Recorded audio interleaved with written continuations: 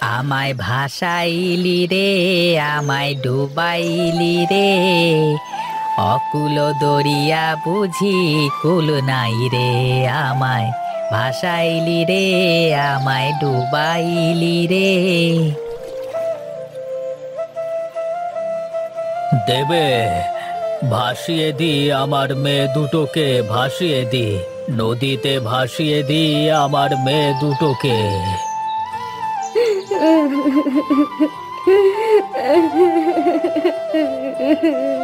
কি কপাল আমাদের! বিধাতা আমাদের কোনো সন্তান দেননি এতদিন, কিন্তু আজ এত বছর পরে যমজ সন্তান লাভ করার পরেও আমরা তাদের আমাদের কাছে রাখতে পারলাম না।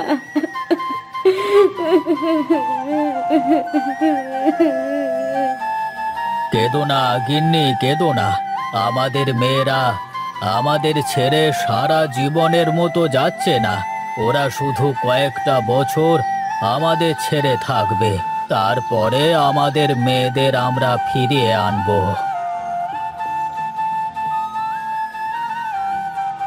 মালিক, আপনি কোনো চিন্তা করবেন না। আমি আপনার মেয়েদের পিছু পিছু যাচ্ছি। আমি সারাক্ষণ ছায়ার মতো আপনার মেয়ের পাশে থাকবো, কিন্তু সেটা ওদের কখনো বুঝতে দেব না। সব খবর আপনাকে নিয়ে এসে দেব। হ্যাঁ রামু, তুই যা। আমার মেয়েদের সব সময় খেয়াল রাখিস কেমন, আর কখন কি ঘটে আমাকে এসে বলে দিবি। ঠিক আছে মালিক, আপনি কোনো চিন্তা করবেন না। আমি আপনার মেয়েদের খেয়াল রাখবো। আমি এখন চলি।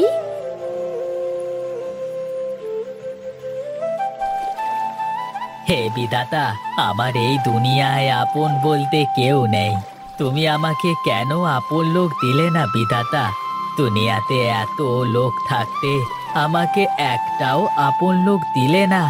এমন কেন করলে বিধাতা, এমন কেন করলে?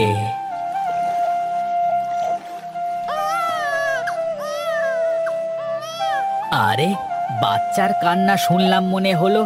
আরে ধুর, মাঝে মাঝে বাচ্চা আসবে কোথা থেকে?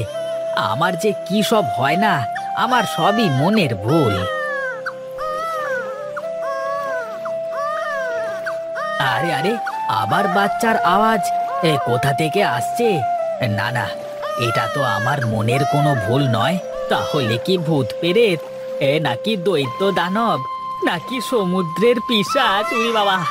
আহ, আর আরে না না, সমুদ্রের পিশাচ নদীতে কি করে আসবে? ওই তো দূরে একটা কি যেন ভেসে আসছে। যাই তো, গিয়ে দেখি।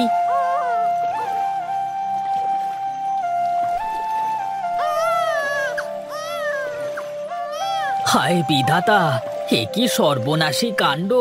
কে ফুটফুটে বাচ্চা দুটোকে এভাবে জলে ভাসিয়ে দিয়েছে? এখন আমি এই বাচ্চা দুটোকে নিয়ে কি করব? তবে কি বিধাতা আমার আপন মানুষকে পাঠিয়ে দিলে আমার কাছে? না, আমি বাচ্চা দুটোকে বাড়িতে নিয়ে যাই। ওদের আমি নিজের হাতে মানুষ করে তুলব। তুমি ধন্য বিধাতা, তুমি ধন্য। তোমার প্রতি হাজার শুক্রিয়া, এই অসহায় মাঝির মনের কথা শোনবার জন্য।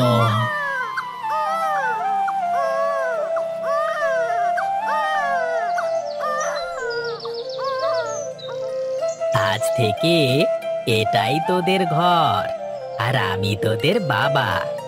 আজ থেকে আমার দুই মেয়ে, কিন্তু তোদের খাওয়াবো কি? তোরা থাক, আমি বাজার থেকে দুধ কিনে নিয়ে আসি।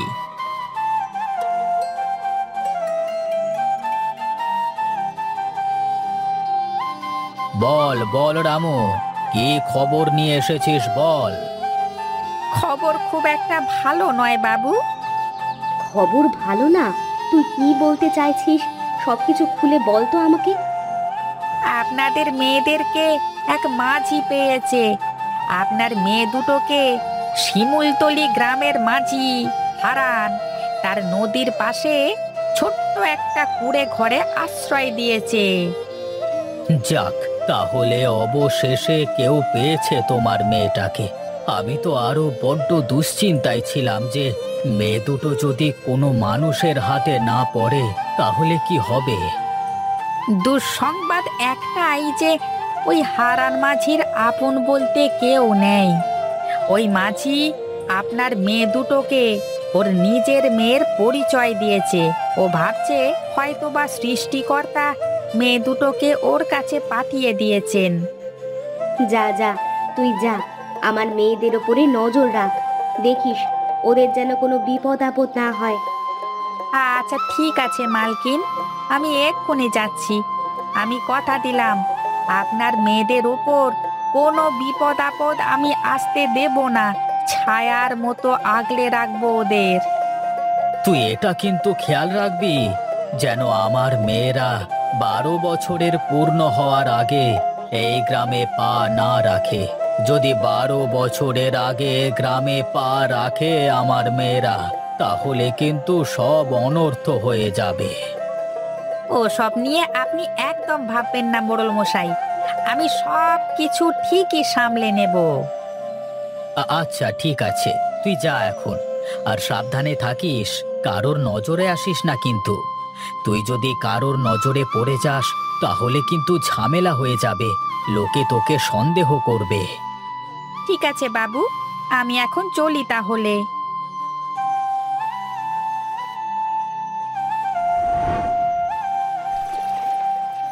মারে, তোরা শক্ত করে ধরে বসে থাকিস কিন্তু, এই নদীতে অনেক স্রোত। আবার তোরা ঠিকঠাক সাঁতারও জানিস না, এই নৌকা থেকে নিচে পড়ে গেলে কিন্তু ভারী বিপদ হয়ে যাবে। তুমি থাকলে আমাদের কিসের বিপদ বাবা?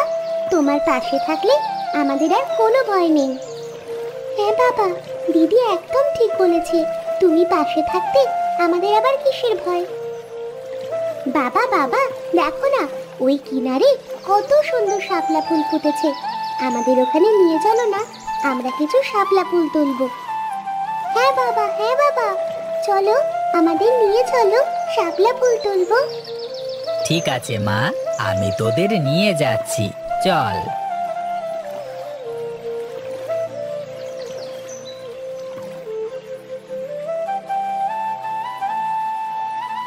দেখো বাবা, কি সুন্দর শাপলা ফুল। হ্যাঁ, অনেক নৌকাতে চড়ে ঘোরা হয়েছে, এখন চলো দেখি বাড়িতে চলো। বাড়ি গিয়ে তো আবার আমাকে রান্না চাপাতে হবে। হ্যাঁ, তাই চলো বাবা, তাই চলো।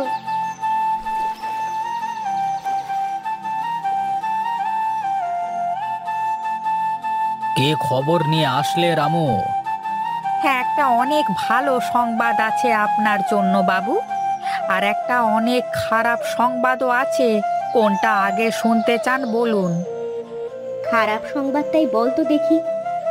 খারাপ সংবাদটা এই যে আপনার দুই মেয়ে হারান মাঝিকে একদম বাবা বলে মেনে নিয়েছে। ওরা দুই মেয়ে হারান মাঝিকে ছাড়া কিছুই বোঝে না, আর দুই মেয়ে যেন হারান মাঝির চোখের মণি, সারাদিন ওদের নিয়ে মেতে থাকে, খুব খেয়াল রাখে ওদের। এই কয়েক বছরে ওদের মধ্যে অনেক ভালো সম্পর্ক গড়ে উঠেছে, যে সম্পর্ক ভাঙা মুশকিল। তাহলে কি আমি আমার মেয়েদের কোনোদিন আপন করে পাবো না? কোনোদিন বুকে জড়িয়ে রাখতে পারবো না? চিন্তা করো না লক্ষ্মী, আমার মেয়েরা যখন জানতে পারবে আমরাই ওদের আসল বাবা মা, আর আমাদের সমস্যার কথা যখন শুনবে ওরা, তখন ওরা ঠিকই আমাদের কাছে ফিরে আসবে, তুমি দেখে নিও। আসলে আমারও সেটাই মনে হয়। কেউ এই রাজপ্রাসাদ ছেড়ে ওই ভাঙা কুঠিরে কেন থাকতে চাইবে? আগামী পূর্ণিমাতে আপনার মেয়েদের 12 বছর পূর্ণ হবে, আর ওদের অভিশাপ মুক্ত হবে। হ্যাঁ হ্যাঁ, আমরা জানি, সেই কবে থেকে এই দিনটার জন্য আমরা অপেক্ষা করছিলাম। তুই যা, হারান মাঝিকে আমার কাছে ডেকে নিয়ে আয়, এখন সময় হয়েছে ওই মাঝিকে সব সত্যি বলে দেওয়ার। ঠিক আছে বাবু, আমি এখনই যাচ্ছি। না রামু, এখন নয়, পূর্ণিমার দিন আমরা নিজেরাই যাব আমাদের মেয়েদেরকে ফিরিয়ে আনতে। এখন যদি মাঝিকে সব কথা বলিস তাহলে ও পালিয়ে যেতে পারে।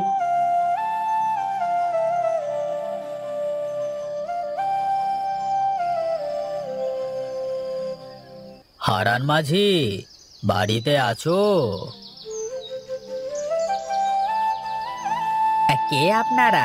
এত রাতে কি চাই আপনাদের? খেয়া পার হবেন? ওই পারে পার করে দেব আপনাদের। না না, আমরা খেয়া পারাপার হতে আসিনি, আমরা আমাদের মেয়েদেরকে নিয়ে যেতে এসেছি। আপনাদের মেয়ে মানে?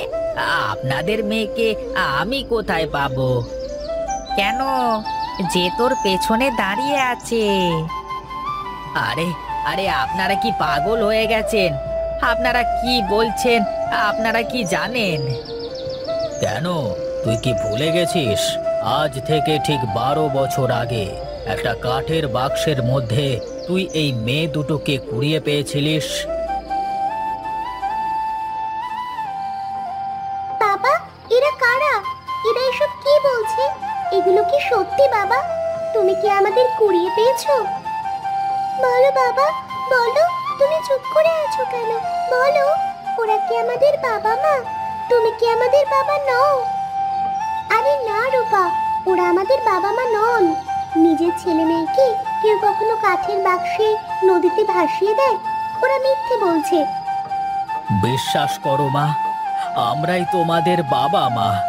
আর এই যে রামু কাকা ছোটবেলা থেকে তোমাদের দূর থেকে অনেক সাহায্য করে এসেছে। তুমি আমাদের মা বাবা নও। তুমি আমাদের মা বাবা হলে আমাদেরকে কখনো নদীতে ভাসিয়ে দেবে না। তোরা শুনতে চাস?